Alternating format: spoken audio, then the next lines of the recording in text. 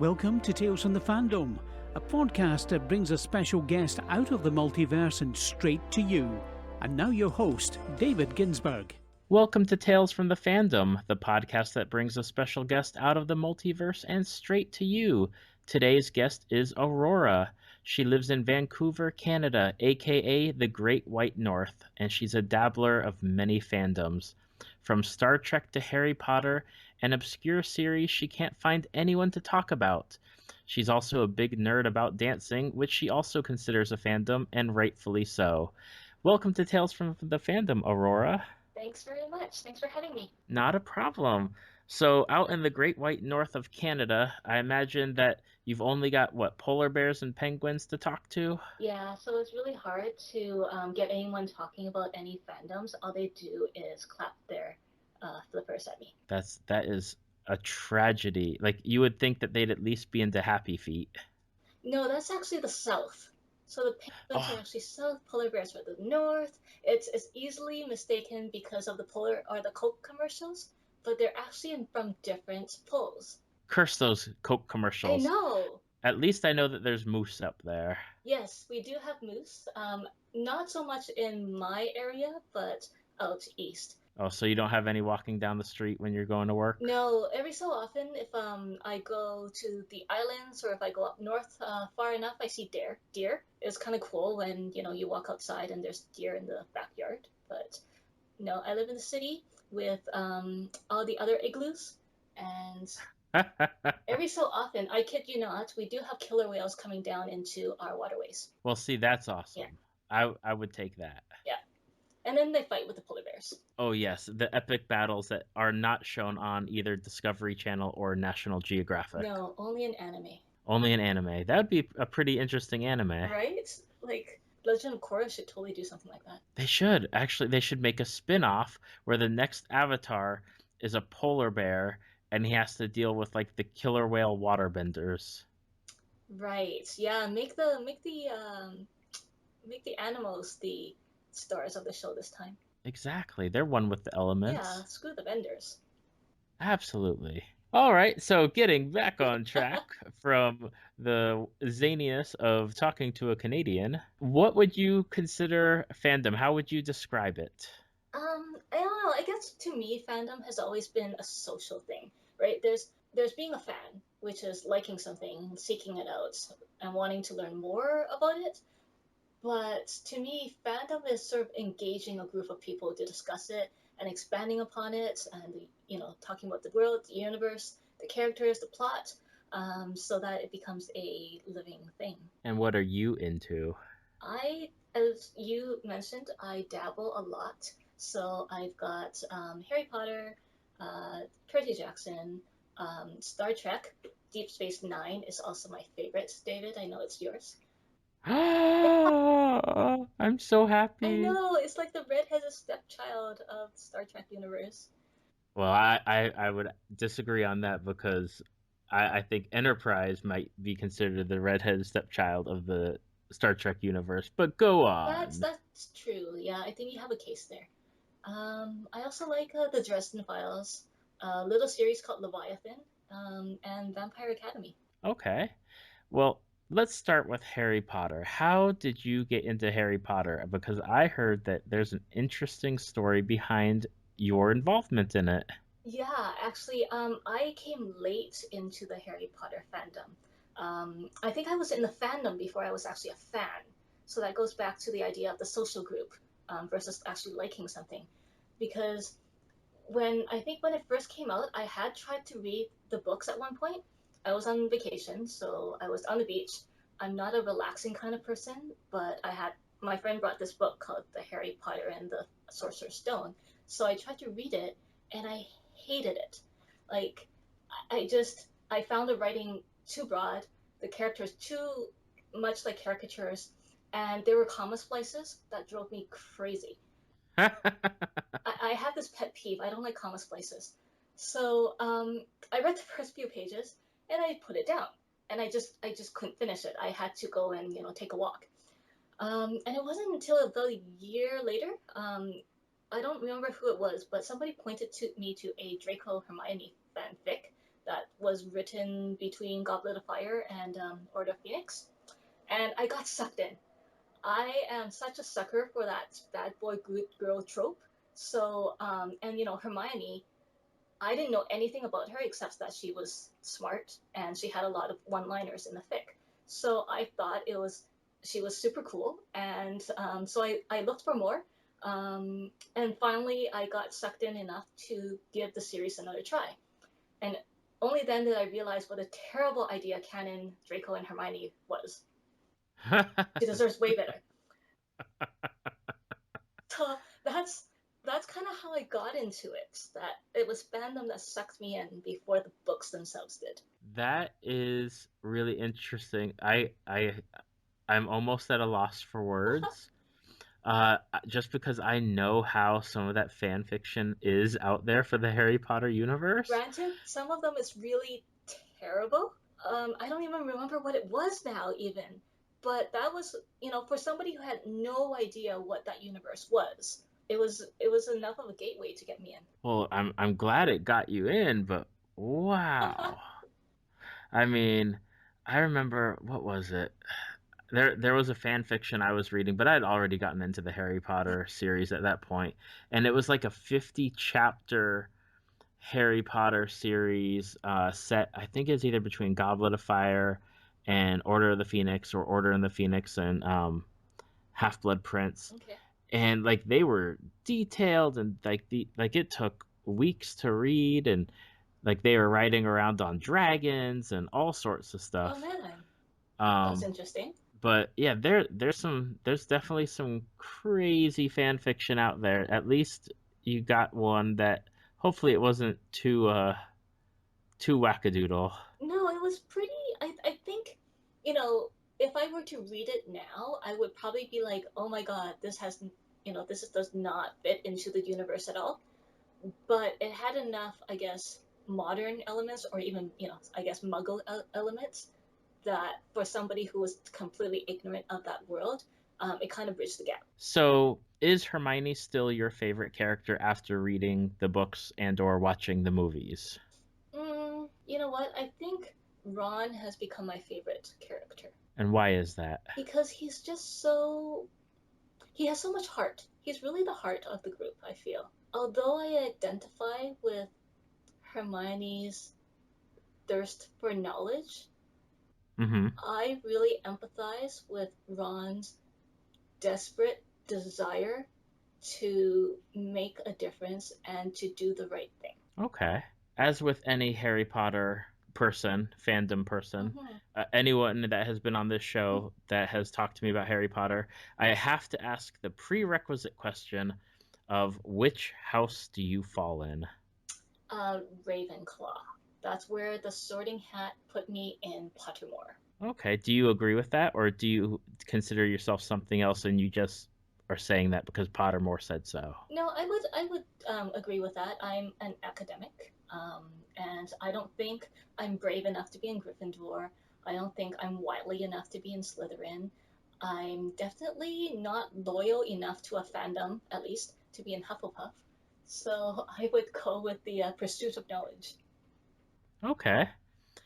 Well, I think no, you're not my first Ravenclaw, but you're in with good company. Yeah, I think Ravenclaws are cool, and there's something to be said about wanting to always seek out new knowledge. Of the 7 books that are out there, do you have a favorite?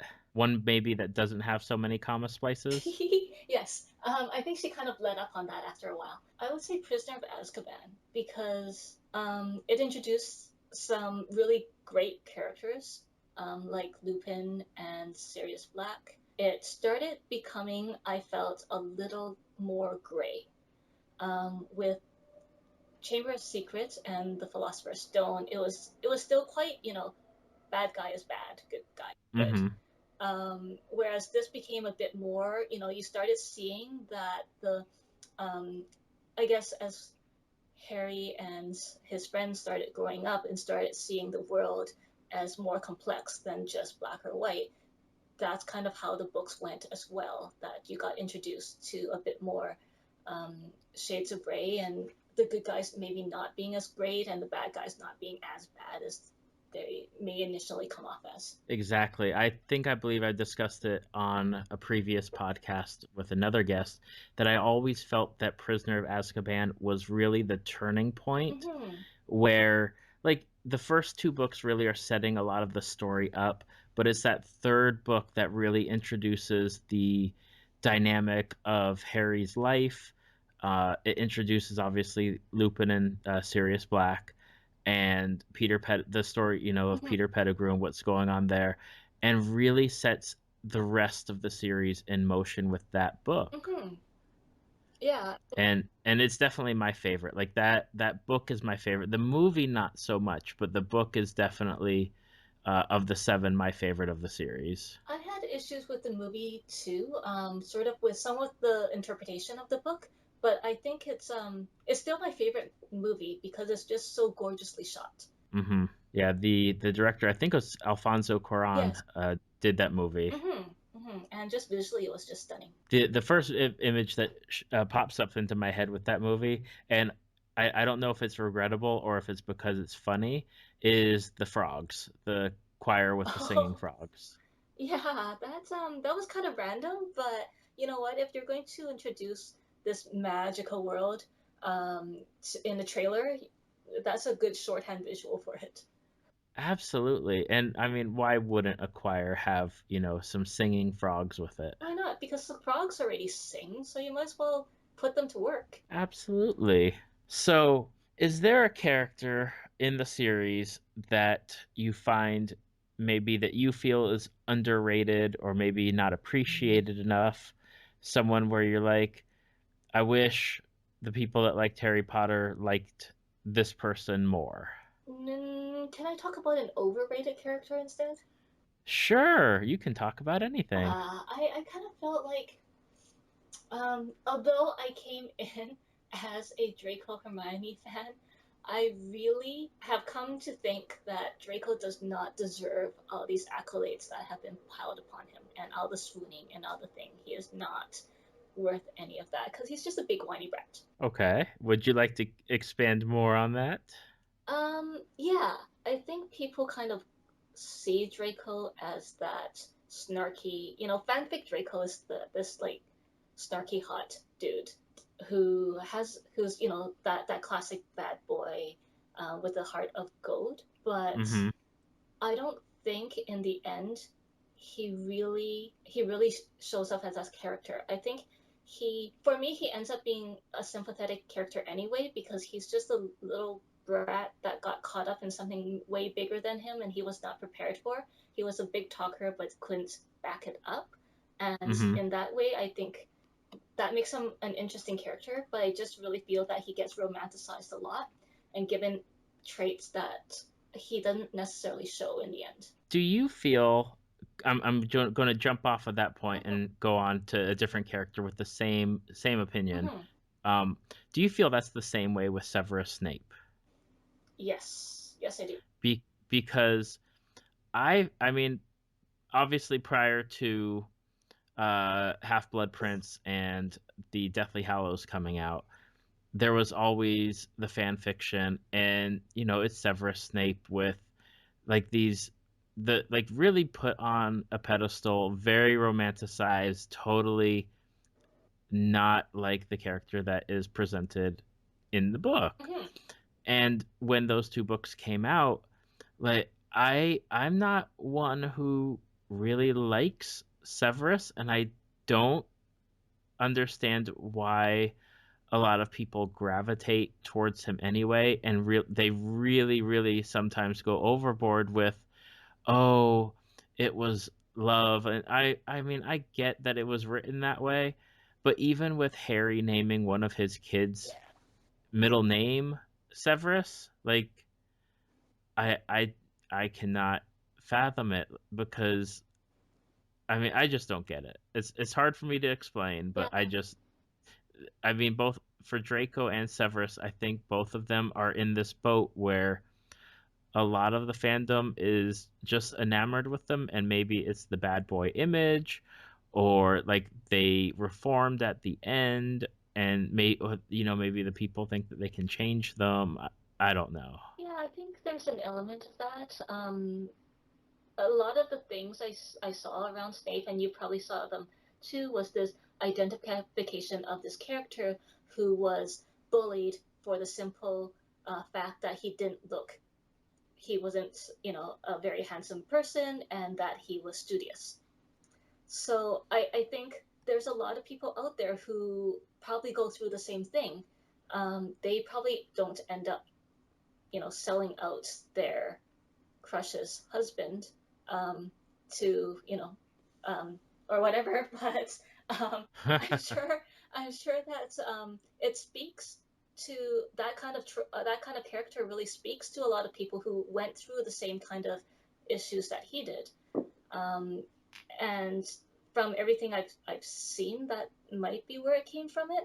But I'm with you in that I don't think that ultimately the text kind of paints him in that light. Yeah, it's just something. It's something that's always kind of bothered me is the way that they're represented in fandom. Mm. But I mean, everyone has their thing, and I'm not going to be like, "Oh, you're wrong." But I just have issues with it. Yeah, you kind of like tilt your head. You're like, well, you know what? It's fanfic. Do whatever. Exactly. Is there a defining moment either in the book or the series that's always stuck with you?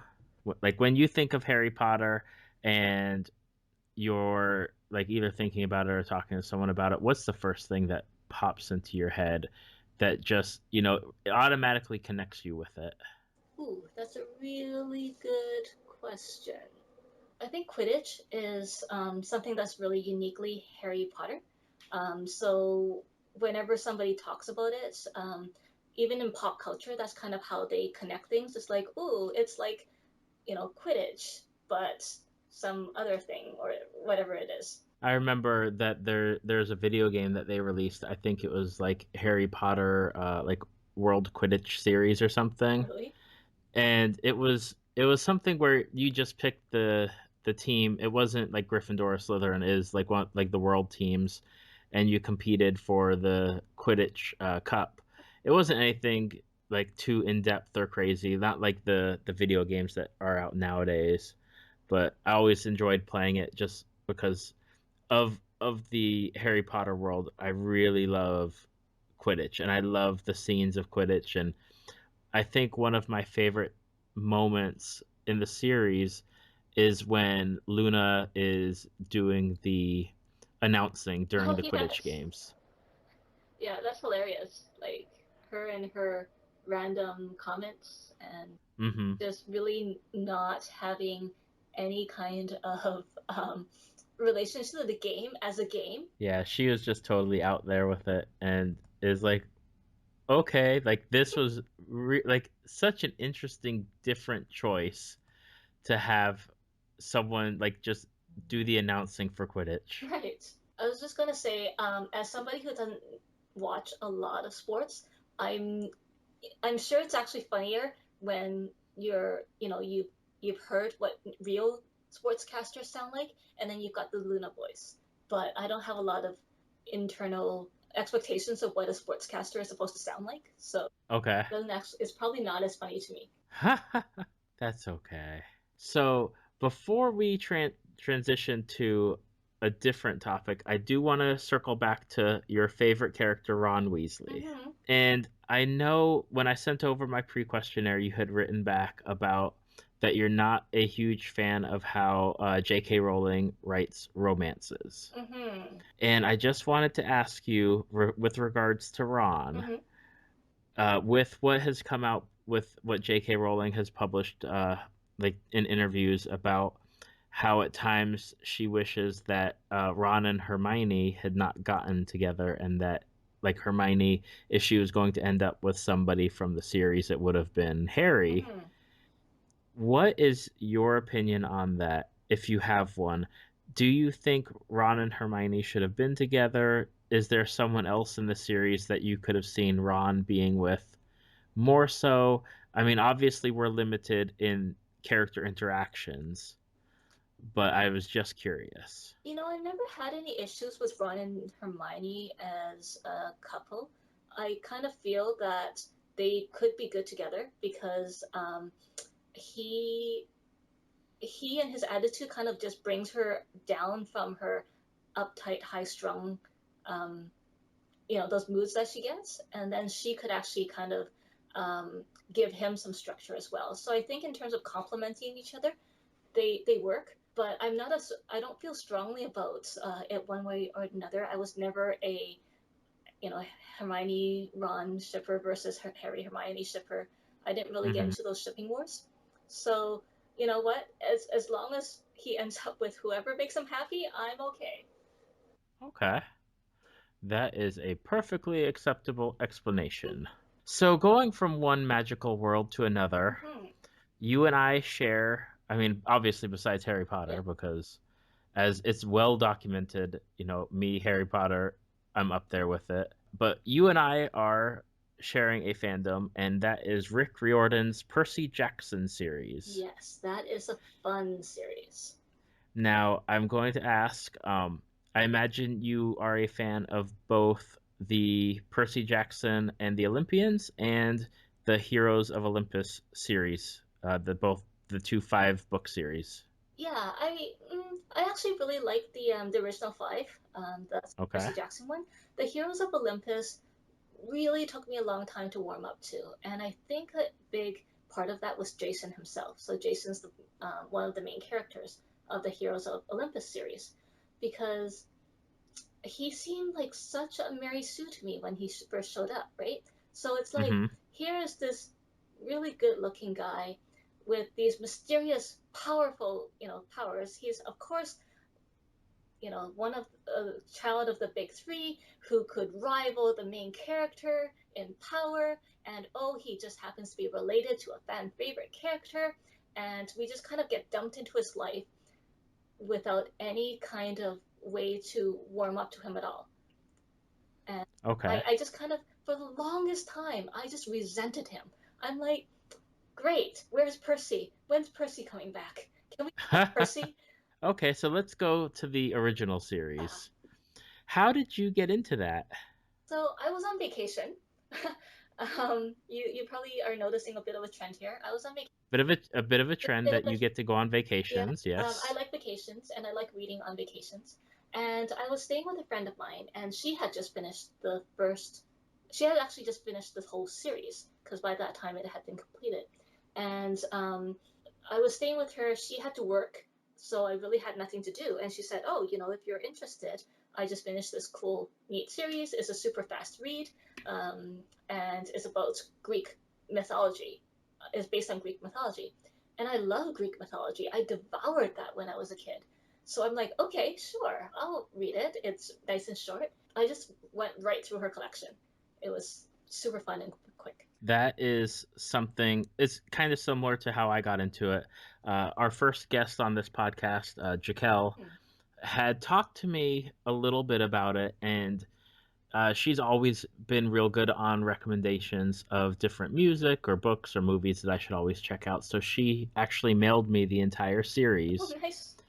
and I think I read them in probably a week, maybe 2 weeks, Mm-hmm. and then sent them back because that's what a friend does, is return the things that you get to borrow. Right. But yeah, they were so well done. I mean, the young adult genre for a long time was where a lot of stuff just seemed to languish, especially when I was growing up. As like teenage years, you would see that young adult section, and the only thing I'd find in there would be like the Young Jedi Knights Star Wars Mm-hmm. books, and be like, okay, well, that's decent, but everything else really wasn't. But like the young adult genre now is so filled with great stories, great writing, great characters, and this series is just one of those beacons of light, really, of a great example of what people could be reading. I think so. And what I'm finding with the young adults books, at least the ones that I've been reading, is that they they really hit on some themes that have been missing, I think, in these books. I think young adult has always been really good at helping teens bridge the gap. Talking about things like the first loves, like going through the puberty, like going through these issues with high school. But what I'm kind of seeing now is, for example, going back to the Heroes of Olympus. Are we allowed to have spoilers here? Of Okay, course. so going back to the Heroes of Olympus, one of the most popular characters, fan favorites, turns out to be gay. And I thought that was just a fantastic choice on the part of Riordan, because, if you look out in the fandom world, it's got him paired with a whole bunch of other women. But he comes out as gay, and then, going back to Jason, who's the closest thing you're going to get to like the popular jock character, Hmm. totally accepting that and supporting him in it. And it's just a really great, I just thought it was a really great moment in those books. Absolutely. And I think like that duo of Jason and Nico, Mm-hmm. I really liked them paired together in those later books. Like Mm-hmm. once Nico joins the group on their quest after certain circumstances have happened. Yeah, I really like their pairing together. They seem to work well. It's interesting because realistically in the book series they've only known each other for a couple weeks. I mean, although there was always the talk of Nico showing up at Camp Jupiter or New Rome, however you want to call it, uh, possibly prior to Jason switching camps. But it's definitely something that I really enjoyed seeing was their bond and their kind of like understanding. And Jason just didn't care. I mean, Nico's Nico, and what does it matter to him? I mean, he's going to support him in whatever he does, and I mean, there's not really anything else for him to do besides that. Yeah, and it was just unhesitating. Like there was not even a adult cast. It was just immediate. Like he wouldn't have even thought of it doing anything else. Right. So with the two series, the 10 books, Mm-hmm. is there I wonder what character you find yourself drawn to, because there's the main characters in both series, but there's also really well developed secondary and side characters, even minor characters. So I'm curious, I'm not going to ask you like who your favorite is, but if there are certain characters that you find yourself drawn to more than others. I think I really like the characters that Riordan puts in the books, especially the first five, which are my favorite. But I think Percy Jackson is the one that I actually look for. I feel like his character, his personality just really pops off the page, and everything just seems to liven up when he's around. Okay. Anybody else? Oh, you're trying to get me to say Thalia. Who? Thalia? Okay. Is that, Uh, yeah. I don't know if that's how you pronounce it. I mean, I read the pronunciation pages occasionally, but I don't check it out. Yeah, I think, So I mean, you hear her being called Thalia. Um, yeah, that's my pronunciation is Thalia, but yeah, I mean, I'm not trying to make you say Thalia, but if you want to say sure. Thalia, I think she's super fun too. Like you look at her history, and it's super tragic, right? She gets her baby brother sacrificed to her dad's wife when she's 9 years old. She, never really knew her father for because he's Zeus and he's a big um, man slut. And and then she goes, on this run. She finally meets a great family in Luke and Annabeth. Then she goes and gets herself torn apart by hellhounds, becomes a tree, and then when she comes back, she finds out her best friend, her first crush, her the guy who's as close to her as family, has gone and decided he's going to try to take over the world. So she's kind of gotten a bit of a bad rap, but she's still a really fun character. absolutely. And I find it interesting when she does come back and the choice that she makes to join Artemis Mm-hmm. and the Hunters, as opposed to being doing the demigod duties. And really, like, I understand the reasons that she did it, because number one, she's taking herself out of the prophecy. Mm-hmm. And while like I can see the reasoning behind it, but then I'm like, man, you're kind of being a dick because now you're really forcing it on Percy. Yeah, that is a bit of a dick move, but I But think she I think she did it for other reasons, obviously, she, too, besides. yeah, when the only guy you've ever really liked turns out to be, turns out to try to destroy the world, you're probably better off without guy, not being around guys for a while. Yeah, for maybe, a couple thousand Yeah, years or so. probably. But I also think though that she was just, in between all that stuff, I just think she was just not able to handle it. There was the character, obviously, I like Percy. Hmm. I really enjoy how in the first series, like the first 5 books, the first series of the Percy Jackson and the Olympians, I love how he just becomes who he becomes. Hmm. I mean, he's not the brightest person in the world, but he really just works out everything that he needs to do.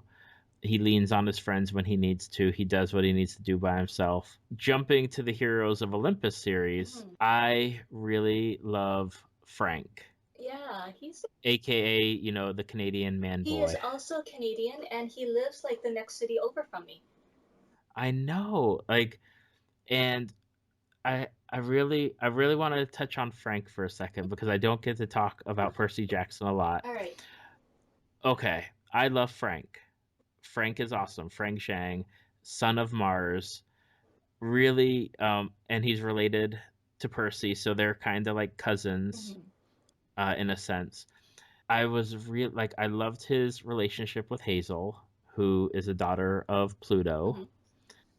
I loved how it just blossomed over time from friendship and them kind of being the outcasts in their group and just them working together. I didn't really like the triangle that was kind of shown up with her and Leo and Frank, Yeah, I thought that was a little forced. but I do want to say, and I don't know if it's going to come up in the new series that Riordan's got out, which is about Apollo. Hmm. But there was a lot of foreshadowing with Frank specifically.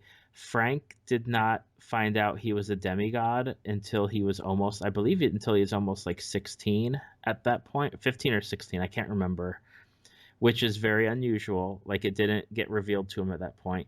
There's all the talk about how powerful he is, and his life is tied to the piece of firewood. Hmm. And realistically, when that last book was about to be published, I thought for certain there was going there, like there's been deaths in his books, but there's not really been a big death.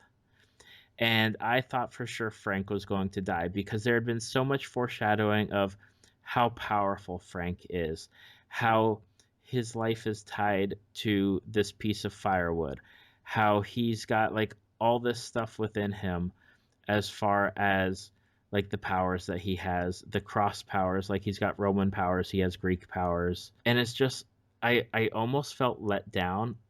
And mind you, I love Frank, but I felt let down because unless he's building up to something somewhere else, it just seemed like so easy for Leo to make the thing that's like, okay, your piece of firewood is now like protected by anything.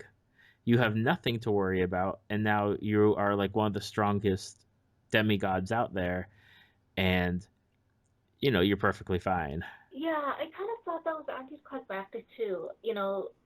It just felt like he was leading up to something that never really came to pass. And I had some other issues with the final book as well. Just again, namely, just how that final battle went. Um, Oh, it, oh my gosh! I yeah, mean, so it fast. was just so fast, and boom, he takes the dragon. That's great, and then he disappears, and you're like, that's it. 5 books, 5 books. We've been leading up to this, and that's it. 5 books, and it lasts like all of what, a chapter for the battle in the Colosseum, or I'm not sure if it's the Colosseum, wherever it was, where it's like, okay, you see the Greek gods actually fighting, and they're joined by their demigods for all of like the one chapter, and then it's like, okay, that's done. Meanwhile, let's go to Gaia now, and Gaia takes what, a chapter and a half? Yeah, the whole series is all about gods and demigods working together. Every single book had an example of it. Then you finally bring the pantheon on, and they get a few lines. Yeah, I mean, as much as I love the series, I really felt like I was expecting epic battle, like multi-chapter. Yeah, if it was a 30 or 40 chapter book, I'd be expecting it to be like at least a quarter of the book being all of the battles. Right. When you spend so much time leading up to something, you also need some time to actually talk about it and have all those things that you've been stacking up towards, have them all pay off. Yeah, it was crazy. But overall, I like the series. Yes. Overall, I mean, of the first book, I mean, there's so many characters that I enjoy getting to read the first series. In the second book, between like Frank and Hazel, the extra building of Nico, the expansion of Reina, the expansion of the world in general with the Roman side, with like seeing Hercules or Heracles, whichever version you want to call him. I mean, they really did add a lot, but at the same time, it felt like, and I know how fast he writes because I've started following him now, from like maybe the third or fourth of the Heroes of Olympus books on social media. I mean, he's putting out at least one or two books a year, and that's not to begrudge Rick Riordan at all because his work is really good. It just felt that last book either seemed to be rushed or he stopped in mid gear, maybe because he had gotten a different idea and wanted to switch over to that. So, yeah, Percy Jackson, though, is such a great series and highly recommended. I mean, from me, and obviously on your side, probably more of the Percy Jackson and the Olympians than Heroes of Olympus. Yeah, and I mean, I did enjoy Heroes of Olympus in the end. It just took me a long time to warm up to the characters. But definitely, they're great characters. The writing's really easy and quick to go through, and it's just a super fun series. Now, are you into any of the other, as we would label the Riordanverse series, either the Kane Chronicles, Magnus Chase, of the series that are not related to Percy Jackson so much? I wouldn't call myself a fan. I've read them all. So I've read the Kane Chronicles.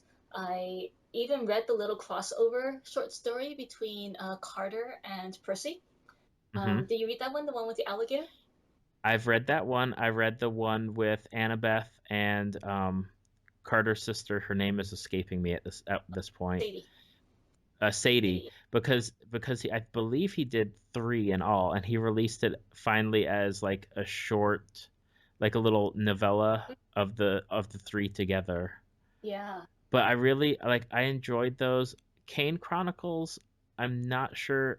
I think it was because how the writing came across, as it was being like, instead of reading it in third person, you're reading it as if you're listening to a audio recording. Yeah, I think he was kind of, I didn't like that experiment of his. I felt it was a little too self-aware because it would go into these things where they would interrupt each other or they would bicker. I'm using bicker in scare quotes. And I felt it took away from the story rather than enhancing it.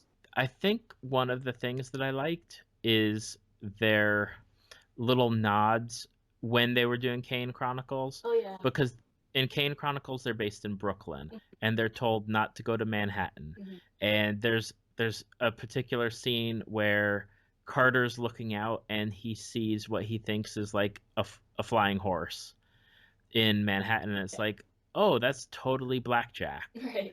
and you're trying to place like that time point and trying to sync up like what's going on in their world with what's going on in the Percy Jackson world as far as timelines go. I think I liked their crossovers a little bit more, and obviously now with Magnus Chase being on the other pantheon, the name is escaping me. The Norse pantheon.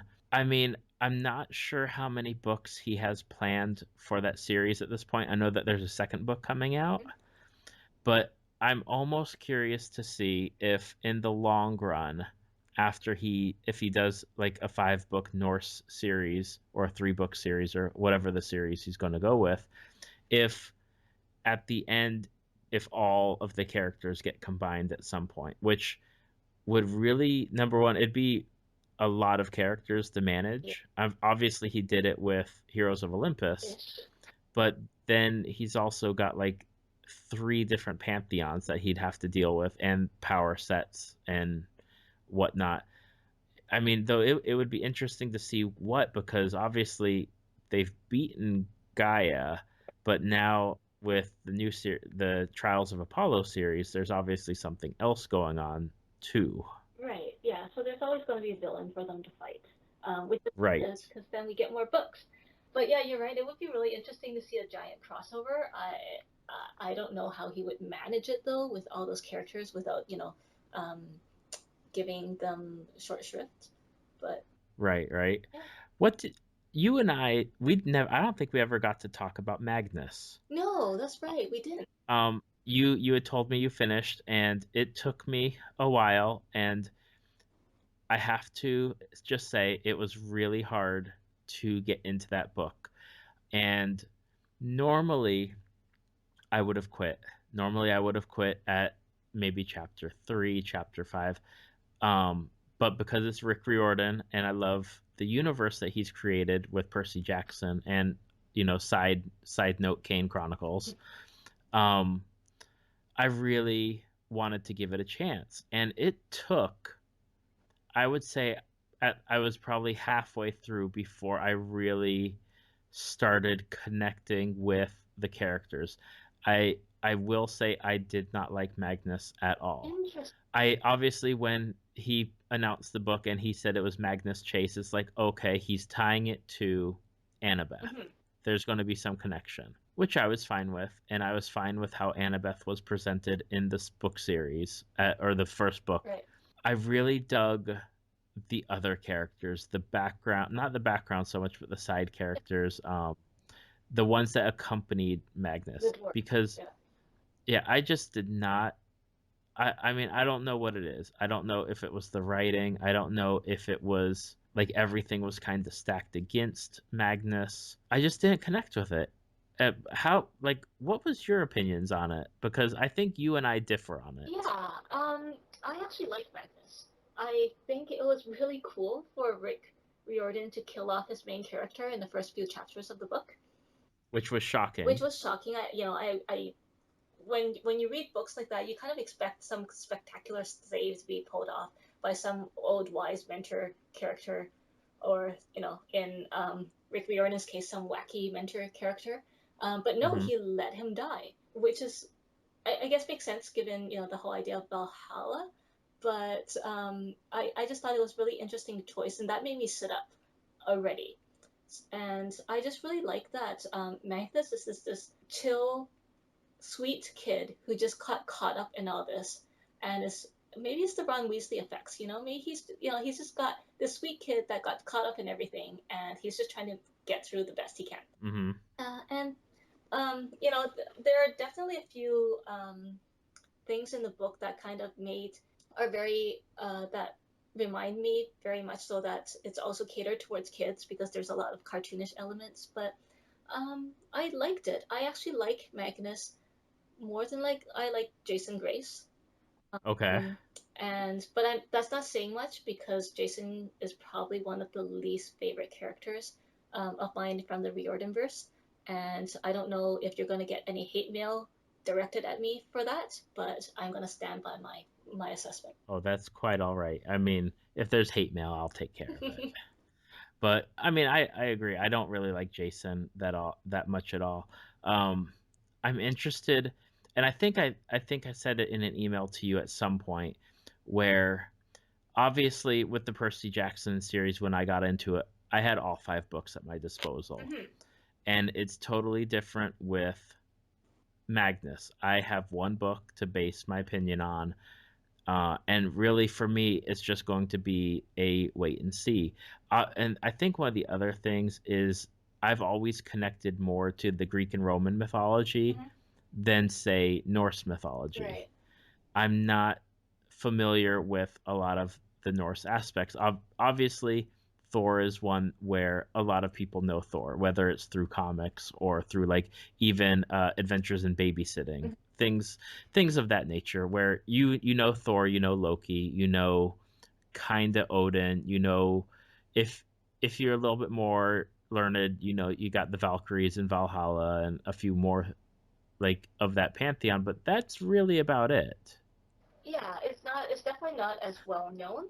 And it's kind of cool that he is bringing that out now to, I don't think Norse mythology gets as much love as the Greek and Romans, so it's kind of cool that he's doing that. But at the same time, I can see how without the without the kind of background and context to compare it with, then it doesn't mean as much, right? So in Percy Jackson, when they meet um, Medusa and her statuary shop, you're like, ha ha ha! Of course, Medusa would have a shop that sells statues. But when you don't have that kind of context with the Norse gods, it just there's a bit of a gap there. I'm interested to see what comes in the next book because I think that's what's going to. I mean, I'm not going to like stop reading it, but it's definitely going to be one of those books where if the second book doesn't really just leap in and kick off with how things were left after the first book, if it takes a while to get into it again, Mm-hmm. it's going to be a tough series for me personally to go through. Yeah. But on the flip side of things, and it totally caught me off guard because I knew he was doing it. I didn't really know what was going on when he was talking about it. I didn't realize it was going to be a full book, but Trials of Apollo was Oh my fantastic. God, I love that book so much. Apollo, yeah, no, Apollo is just so hilarious, and I love how Riordan made him such an ass, but so sympathetic at the same time. And you've got this, this god who's like thousands of year old, going through character development in the course of the book that's actually believable. I thought he did a great job with that. One of my favorite parts of that book was the each chapter opening with a what is it? Haiku. A haiku. Every chapter opening with a haiku. And there, one of them is my favorite. I'll have to find it and I'll post it on the Facebook page at some point. Yeah. But I mean, those were so interesting. The characters that he got to have tag along with were really nice to have. Right. Um, I can't, again, I'm forgetting names at this point. So whoever the girl was, the girl demigod, who I won't say what house she or what god she's from, but it is really interesting their relationship, Yeah.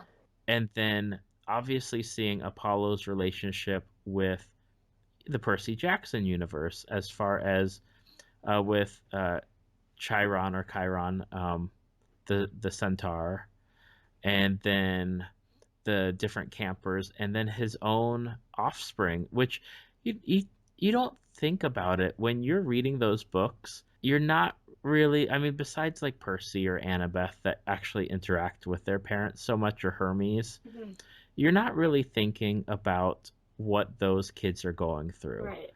And then for him to be living in the same cabin as those kids, it really just added a whole new definition to, like, not only to Apollo but to those campers, to the universe as a whole, about like what those kids have to go through not knowing their parent. Yeah, and I think that, that really is what is the catalyst for his development, realizing that those kids he helped create gets just dropped off in this, and he just forgets about them.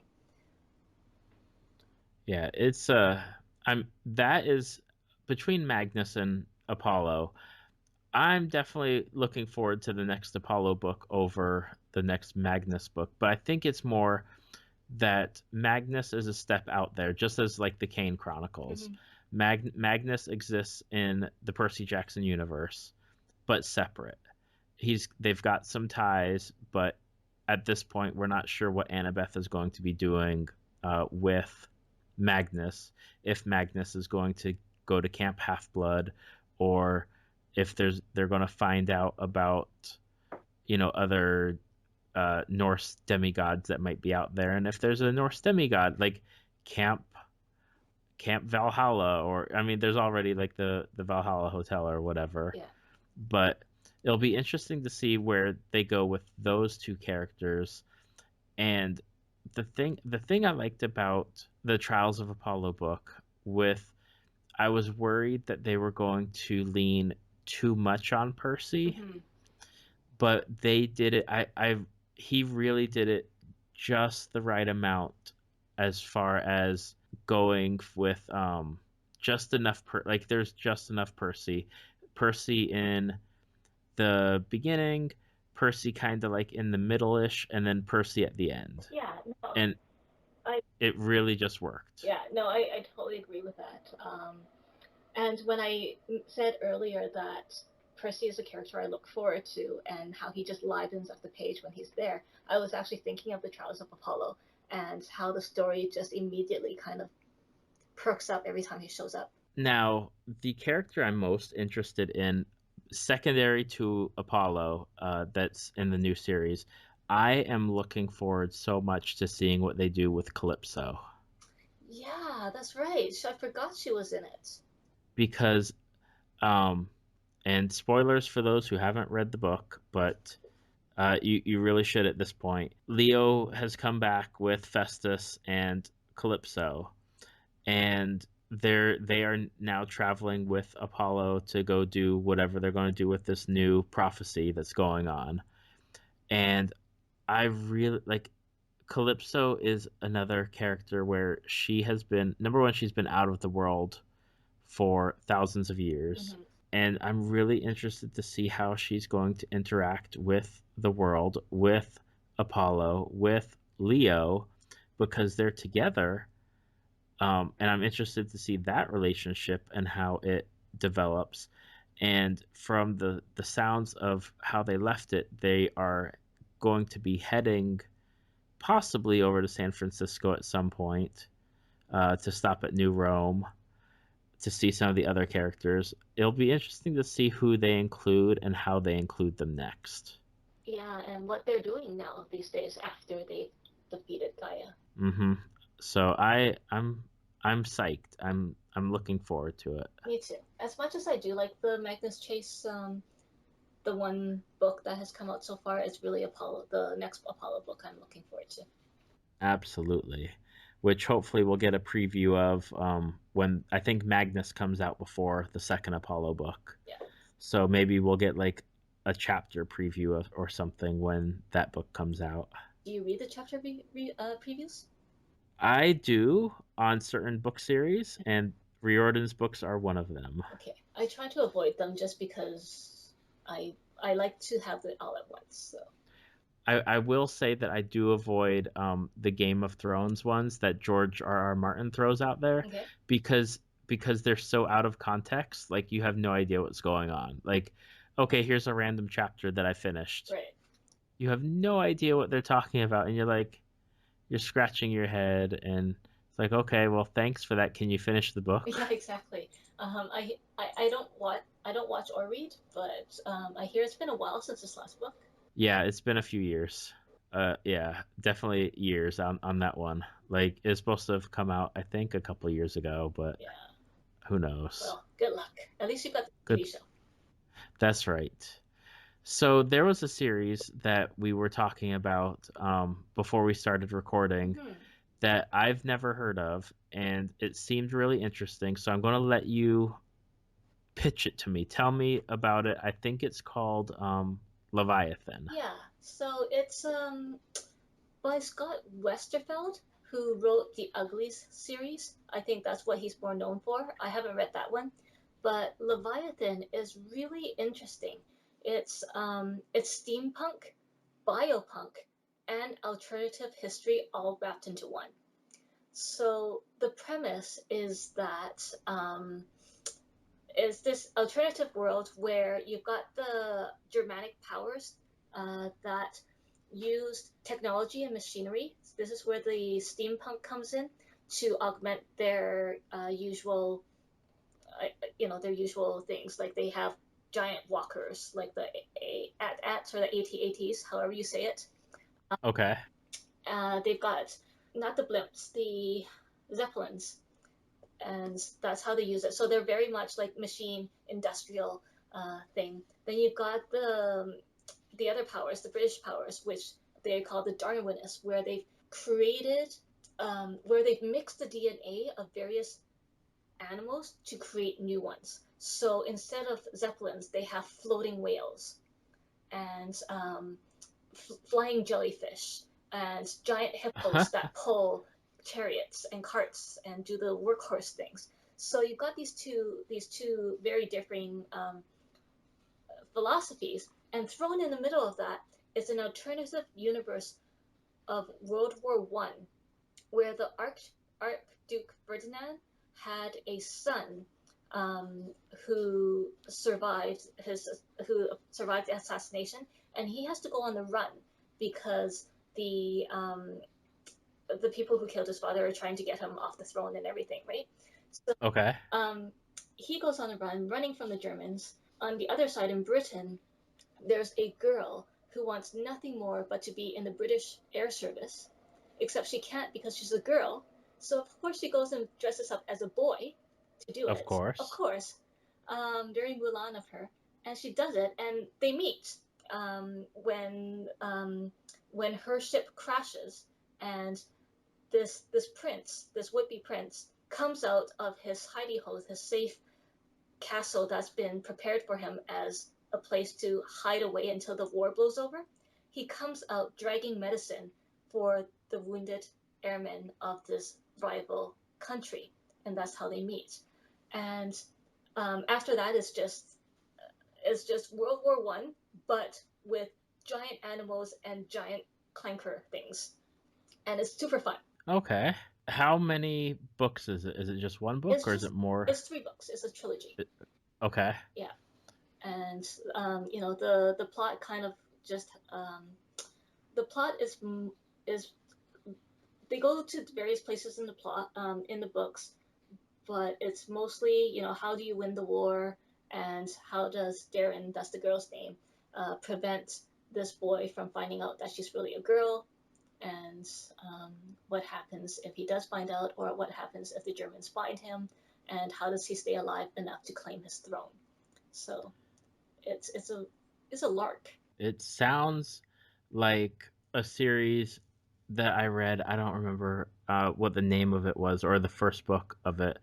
It was like an Alice in Wonderland, but set in like a steampunk setting. But like the Cheshire Cats were like these messengers or go-betweens. Is real out there. Hmm. And that book that the book series that you're telling me about, Leviathan, definitely sounds very similar to that, like with the steampunk, but with like the big hippos and the flying jellyfish and all that. Like that sounds really interesting as far as something that Oh, I would probably want to check out and read. I definitely recommend it. The other thing that's really nice about the books is I found the characters immediately likable. You talked about taking a while to warm up to characters in books, but as soon as I met these characters, I was like, oh, aren't you precious? That's good. I mean, the like characters are one of those big things between the characters and really having a world where you can really just get into almost immediately. I mean, obviously, with a different setting, a setting such as that, you're going to have to take time to really like explain it or draw it out and get the reader really invested into it. But I mean, between characters and having something like that, it makes me want to read it and find out more about it just because of what you've described. I think you should, and then we should discuss it. Well, we'll have to have you back on to discuss it after I read it. Absolutely. And if your readers read it as well, then we can talk about it and they can know exactly what we're talking about instead of just listening to gibberish. Gibberish, like flying jellyfish. Yeah, and giant hippos. And giant, giant hippos are pretty cool. Yeah. I mean, they're if there's an underrated animal in the animal kingdom, it is hippos because those things are nasty and will kill people. Oh yeah. Oh yeah. They are Like faster than most people think. Exactly. Everyone thinks they're so nice and cute, but I think I read, where was it? I was reading somewhere about a guy that had come to America from over there, and he had been swallowed head first by a hippo, and he had lost like, I don't know if he had lost an arm or because like the hippo's obviously the hippo's mouth and tooth had like punctured it or ripped it off, and like it was really crazy. But he had talked about it, and I don't remember where I read it, but yeah, hippos are definitely one of those things where you can see them and they're nice and cute, but you don't want to ever see them in the wild. Nope, you stay far away. So we've talked about Harry Potter and Percy Jackson, and we've touched on Leviathan.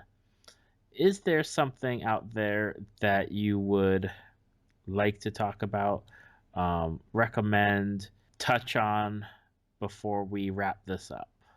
Yeah, actually, I would like to mention two fandoms that I would very much like people to read and watch. So, if only so I can talk to somebody about them, because nobody I have talked to seems to have heard about this at all.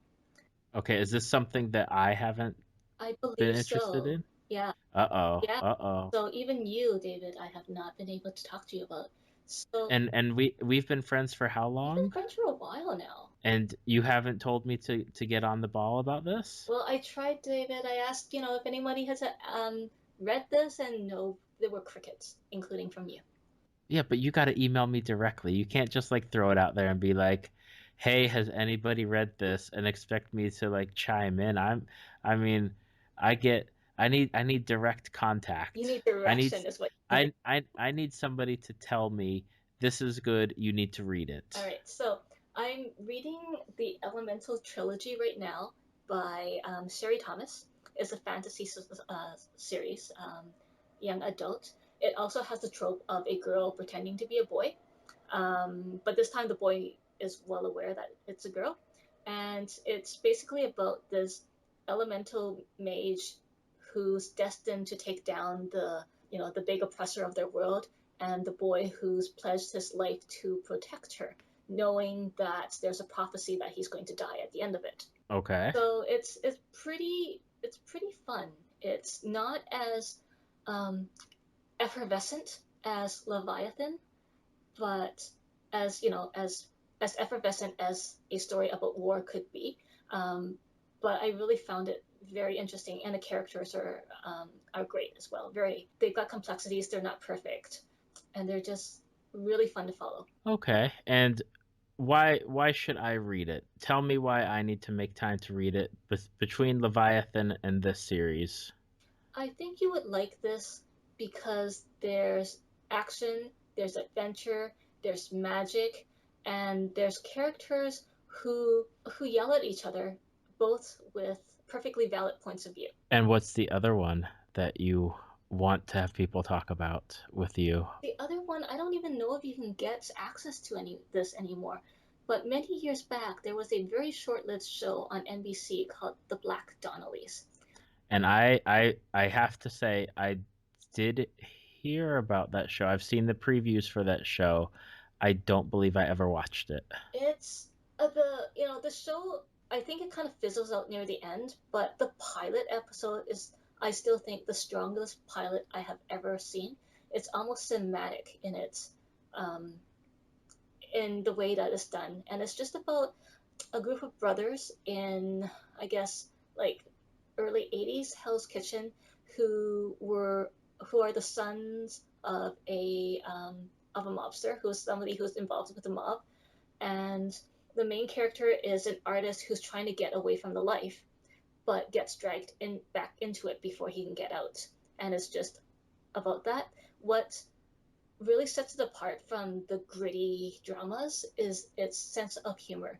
It is so irreverent and it just makes fun of its characters. It's narrated by a snitch who is in jail, so he's a total unreliable character. Okay. The comedy usually comes when, we talked about Rick Riordan using the idea of people talking into an audio and that not working, but the developers of this show who use the tool of this character talking to the police and telling them the story, I think they use it really well because he's so unreliable. He'll describe a scene and you can see the scene acting out, and then there'll be like a record scratching noise, and then the police calling him on a lie or something, and then they have to go back and tell it from another viewpoint or something. It's just really funny. That is something, I don't think I've ever seen something like that with such an unreliable narrator like that. Yeah, it's just so funny. It pokes fun at the narrator, it pokes fun at the characters. It is grim, but it's one of those things where you laugh because sometimes you're just so uncomfortable that you're like And now it's not. How long did it last? oh god. Just a season, or like less than a season? Less than half a season probably. Oh wow. Yeah.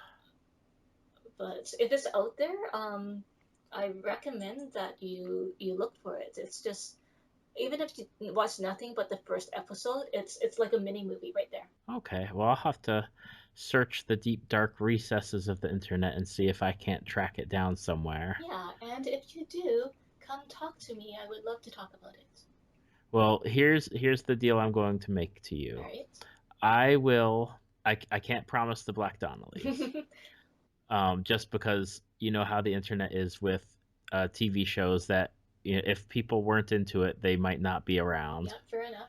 However, the 2-book series, Leviathan and the Elementals, I will read. Yay. And when I am done with them, because I'll make notes as I read them, and you can keep up with me on Goodreads or on email and poke me and harass me about have I started reading them yet. Mm-hmm. I will read those series, and then when I'm finished, I'll have my notes, and we'll get you back on the podcast and record a show just for those two. Absolutely. Awesome. Great. And then, of course, if by that point, if Riordan releases any more books and we've been able to read those because you absolutely destroy them, and I get the time, whether I'm hiding out from the kids in the bathroom or just doing some reading when they're at piano lessons or whatnot, I will I'll read those too, and then we could have just a book talking show. That sounds fantastic. Well, Aurora, it has been a pleasure having you on this episode. It's been fun. Thanks for having me. And just remember, I'm from the future. You're in my past. Yep. Because our home base is here in Orlando, and you are over in British Columbia, Canada, where polar bears and killer whales roam the plains. Yes, the plains, including the wild Arctic plains of British Columbia. Yep. All right, I'll try to stay warm. You try to stay cool. Oh, I would love to try to stay cool, but that power bill is not something that I like to see every month. I pity you. How about we do a house swap? A what? A house swap. You come down here, and I'll go up there, and I'll be nice and cool in the summertime, and you can have the 110 degrees. Done. I would prefer the heat. See, and I would prefer the cold. Yep. You can always put on more clothes. Yes, only if you have body heat, though. That's true. Well, I've got enough body heat. All right. Thanks, David. Well, thank you, Aurora. Have a great day, and I will catch you later. Sounds great. Thank you for listening to Tales from the Fandom. Subscribe to us on iTunes or your podcast app of choice. Follow us on Facebook at www.facebook.com/talesfromthefandom to see photos, links, leave feedback, and check out upcoming guests. If you'd like to be a guest, email David at talesfromthefandom@gmail.com.